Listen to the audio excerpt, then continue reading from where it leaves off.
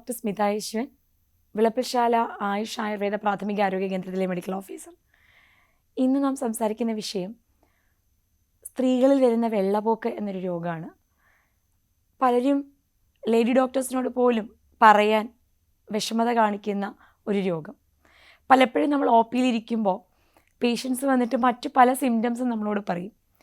മുടികൊഴിച്ചിൽ മുതൽ നഖം വരെ മോശമാവുന്ന തരത്തിലുള്ള പല പല സിംറ്റംസ് പറഞ്ഞിരുന്നാലും അവർ ഈ ഒരു കാര്യം എന്തുകൊണ്ട് മറച്ചു വയ്ക്കുന്നു എന്ന് പലപ്പോഴും അറിയില്ല.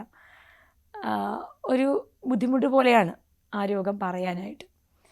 പലപ്പോഴും നമ്മളത് കണ്ടെത്തേണ്ടിയിരിക്കുന്നു.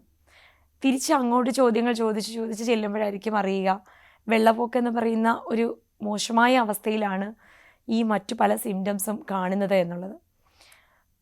പലപ്പോഴും കൃത്യമായിട്ടുള്ള ഒരു ഹൈജീൻ പാലിക്കാത്തത് കൊണ്ടും നന്നായി വെള്ളം കുടിക്കാത്തത് കൊണ്ടും ഒക്കെ ഈ രോഗം കാണപ്പെടുന്നുണ്ട്. മെൻസ്ട്രൽ ഹൈജീൻ വളരെ ഇമ്പോർട്ടൻ്റ് ആയിട്ടുള്ളൊരു ഏരിയയാണ്.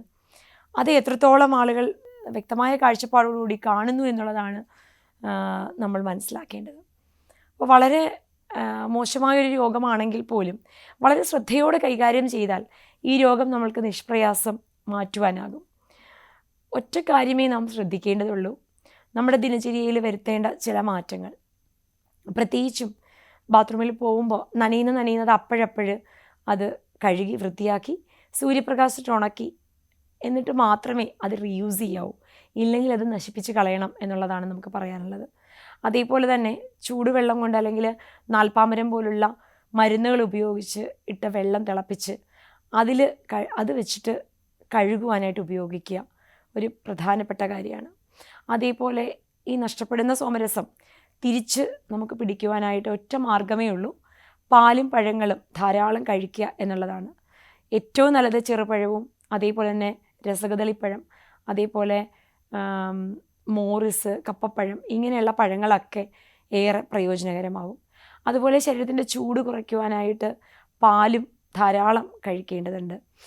അതുപോലെ തന്നെ സലാഡ്, വെള്ളരിക്ക, മാതളം, ക്യാരറ്റ് ഇതുപോലുള്ള വളരെ പോഷകസമൃദ്ധമായ ആഹാരങ്ങളും കൂടി കഴിക്കുകയാണെങ്കിൽ ശരീരത്തെ നമുക്ക് നന്നായിട്ട് തണുപ്പിക്കുവാനും സാധിക്കും. അപ്പോൾ ശരീരത്തിൻ്റെ ചൂട് കൂടി രക്തം ദുഷിച്ചിട്ട് ഒക്കെ വരുന്ന ഒരു യൂറിനറി ഇൻഫെക്ഷൻ എന്ന് തന്നെ നമുക്ക് പറയാവുന്ന തരത്തിലുള്ള ഒരു പ്രോബ്ലമാണ് ലുക്കോറിയ. അപ്പോൾ ഈ ഒരു അവസ്ഥയിൽ പല സ്ത്രീകളും ഇന്ന് ബുദ്ധിമുട്ട് അനുഭവിക്കുന്നുണ്ട്. പലരും ഇത് പറയാതെ ഒളിച്ചു വയ്ക്കുന്നുണ്ട്. കഴിയുന്നതും ഞാൻ ഈ പറഞ്ഞ രീതിയിലുള്ള ഹോം റെമഡീസൊക്കെ ചെയ്തു നോക്കുക.